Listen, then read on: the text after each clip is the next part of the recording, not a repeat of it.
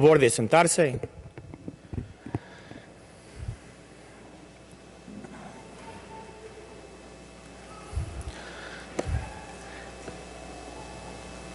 Quiero que ustedes escuchen bien, porque esta será la peor homilía que van a escuchar.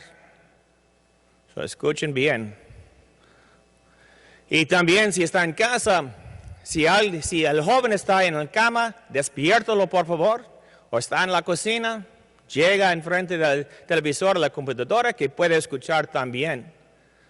Porque esa es la peor homilía. Y quisiera que todos escuchen.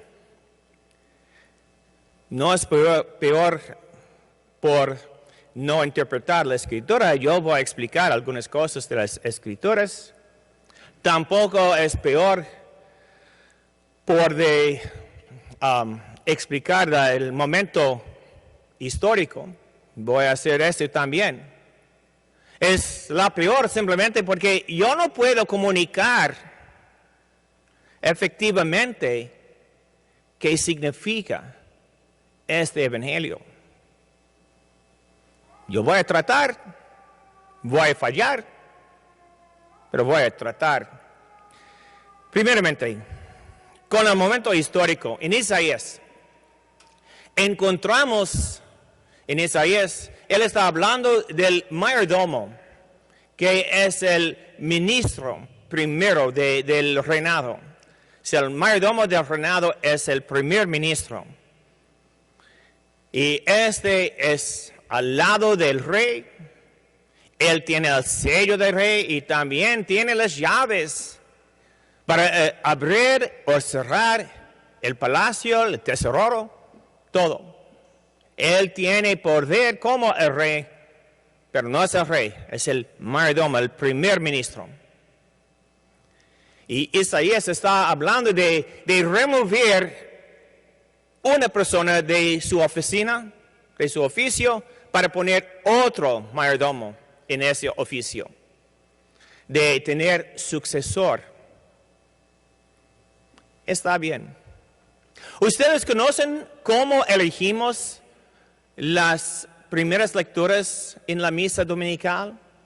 Las lecturas del Antiguo Testamento, ¿cómo la iglesia decide de cuál lectura va a poner como la primera lectura? Nadie sabe. Pues la iglesia trata de conectar la primera lectura del Antiguo Testamento con el Evangelio. La segunda lectura es de leer continuamente de las cartas del Nuevo Testamento, pues empezamos con Romanos y continuamos con Corintios, 2 Corintios y continuando como así. Pues en enero leímos de Romanos otra vez y cuando concluimos vamos a repetir. Esa es la segunda lectura, pero la primera lectura es de conectar directamente con el Evangelio. Y la conexión de Isaías con el Evangelio es que Jesús pone Simón Pedro, en el oficio de mayordomo, de primer ministro de su reinado, dándoles las llaves de atar y desatar. Específicamente vamos a entender que si Pedro es el primer ministro, también serán sucesores, los santos papás de la iglesia. Algunos no creen esto. ¿Por qué? Simplemente porque ellos son muy inteligentes y pueden leer bien. En español decimos, tú eres Pedro, y sobre esta piedra. Pedro es una palabra, piedra es diferente palabra, ¿no? Pues no tiene poder.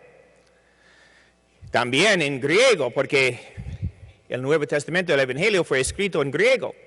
Pues en griego dice, tú eres Petros, y sobre esta Petras voy a edificar mi iglesia.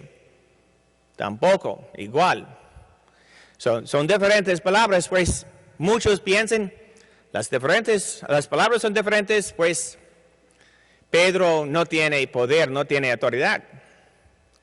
Pero Jesús no habló ni español ni griego. Él habló el idioma de los arameos. Los arameos no tienen palabras femeninas y masculinas. Ellos, como los en inglés, ellos tienen solamente la palabra. Pues Jesús no dijo, tú eres Pedro y sobre esta piedra. Él dijo, tú eres Kefas. Y sobre esta Kefas. Kefas es la palabra de roca o de piedra en arameo. Pues es igual. Y es Simón Pedro que tiene ese poder. Fallamos en la traducción de entender bien o de leer bien. Pero Jesús quisiera fundar su iglesia sobre la confesión de Simón Pedro. Esta confesión es lo que cambia el mundo y cambia nuestras vidas. Yo sé que muchos de ustedes han escuchado este evangelio muchas veces, ¿no? Cada 3 años repetimos, pues contando su vida, divide por 3, 5 veces, 10 veces, 15 veces han escuchado, 20 veces han escuchado este evangelio. Y más cuando lea el evangelio por su propio. Muchas veces hemos escuchado. Y muchas veces la confesión de San Pedro, tú eres el Mesías, el Hijo de Dios vivo. Leímos y pasamos y no nos afecta. Pero escuchen a estas palabras. Tú eres el Mesías. El Mesías fue la persona esperada de los israelitas para salvarles, para librarles de la esclavitud. Como Moisés en el Antiguo Testamento, que liberó a los israelitas de la esclavitud en Egipto, también los israelitas esperaban otro Mesías, una persona mandado por Dios específicamente para librarlos de su esclavitud. Más que todo pensaron de la esclavitud política, porque el imperio romano conquistó a los israelitas y ellos sufrían. Pero Dios sabe que hay una esclavitud más importante, más profunda. Es la esclavitud del pecado. Porque cuando pecamos, estamos condenados. Vamos a ser castigados por nuestros pecados. ¿Y cuál de nosotros no hemos pecado? Sube la mano si no pecó. Eso. Ninguno de nosotros, ¿sí? Pues todos somos condenados. Todos nosotros somos condenados. Vamos a ser castigados. Vamos a sufrir por nuestros pecados. Y debemos de tener un Mesías. No solamente los israelitas, un Mesías político, pero todo el mundo está en necesidad de un Mesías de nuestros pecados. Nosotros pecamos, los otros cristianos pecan, los judíos pecan, los musulmanes pecan, los hinduistas, los budistas, todos pecan. Todos fallan de su obligación de tratar bien unos a otros. Pues todo el mundo se necesita un Mesías. Y la declaración, tú eres el Mesías, es algo que puede animar nuestra vida, puede empujarnos de responder. Si tú eres el Mesías, sí, yo necesito tu poder, yo necesito la salvación. Pero mucha gente pasa los domingos en el sofá, enfrente del televisor, deportes de fútbol o de golf o de cualquier otro deporte. Ellos dicen a sus esposas, yo puedo rezar en casa. Y cuando les vemos orando, ellos dicen, oh, es mejor de rezar en el parque. Y están jugando, están cocinando, están durmiendo. Y cuando les vemos orando, esta es una frase de animar nuestra vida. Tú eres el Mesías. De realizar que Él es lo que buscaba cada persona. Pero esa es la primera parte de la confesión de Pedro. La segunda parte, el Hijo del Dios vivo.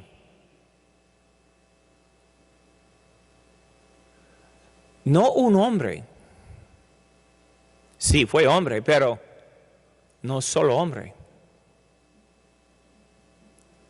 No alguien nacido por la naturaleza, sí, nació por la naturaleza, pero fue concebido por el poder del Espíritu Santo. Alguien que viene de Dios, alguien que es de Dios, alguien que es Dios.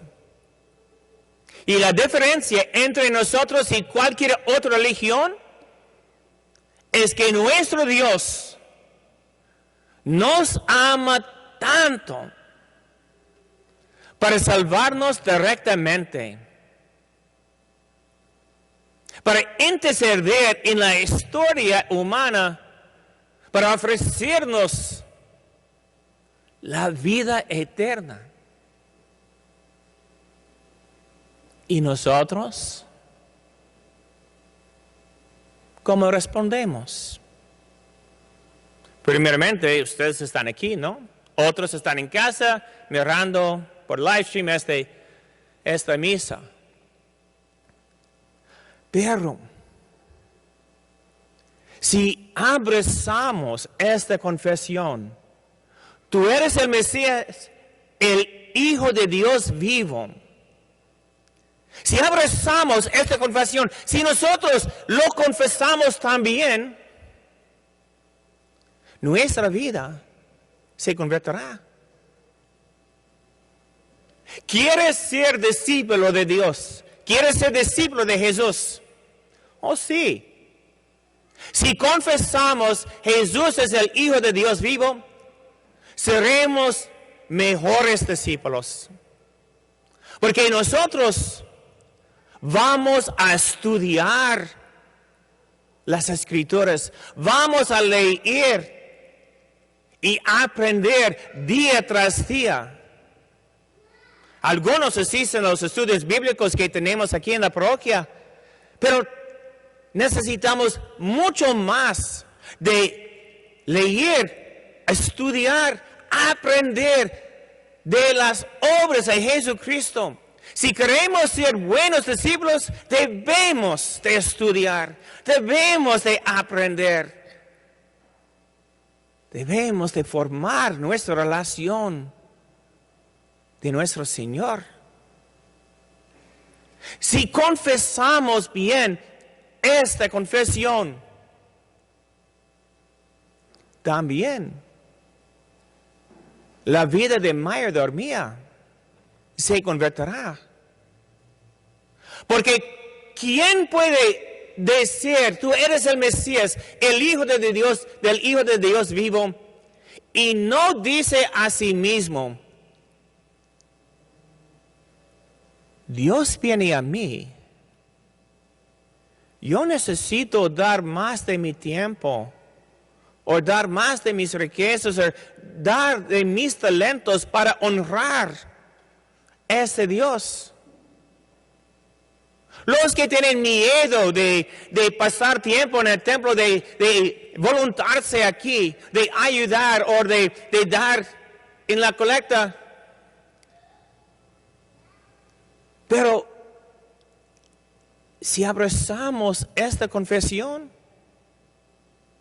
vamos a decidir, oh no, yo debo de responder, yo debo de participar.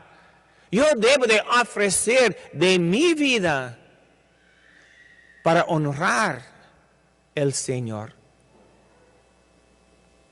Y la persona que proclama esta confesión también se convierte en evangelizador.